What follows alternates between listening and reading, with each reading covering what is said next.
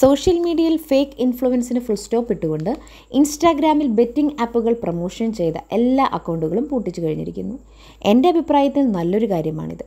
കേരളത്തിൽ പൂട്ടിപ്പോയ പ്രധാന അക്കൗണ്ടുകൾ ഫസ്മിന സക്കീർ, വയനാടൻ വ്ലോഗ്, മല്ലു ഫാമിലി. ബെറ്റിംഗ് ആപ്പുകൾ പ്രൊമോട്ട് ചെയ്ത ആളുകൾ നിയമ നടപടികൾ നേരിടേണ്ടി വരും. അറസ്റ്റ് വരെ ഉണ്ടായേക്കാം. നല്ലൊരു കാര്യം തന്നെയാണിത്. കുറേ നാൾ പാവപ്പെട്ട ജനങ്ങളെ പറ്റിച്ച് കാശുണ്ടാക്കിയതല്ലേ, ഇനി കുറച്ച് അനുഭവിക്കേണ്ടി വരും.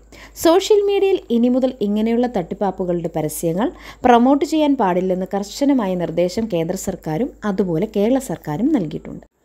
ഇതുമൂലം ഒരുപാട് പാവപ്പെട്ട ജനങ്ങൾ പറ്റിക്കപ്പെടാതിരിക്കും.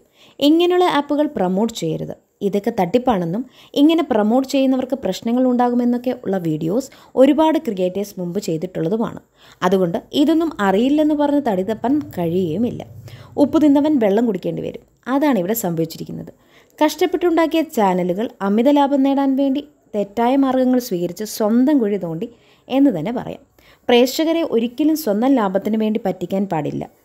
അവരെ പറ്റിച്ചാൽ ഇന്നല്ലെങ്കിൽ നാളെ അതിൻ്റെ തിരിച്ചടി ലഭിക്കുക തന്നെ ചെയ്യും.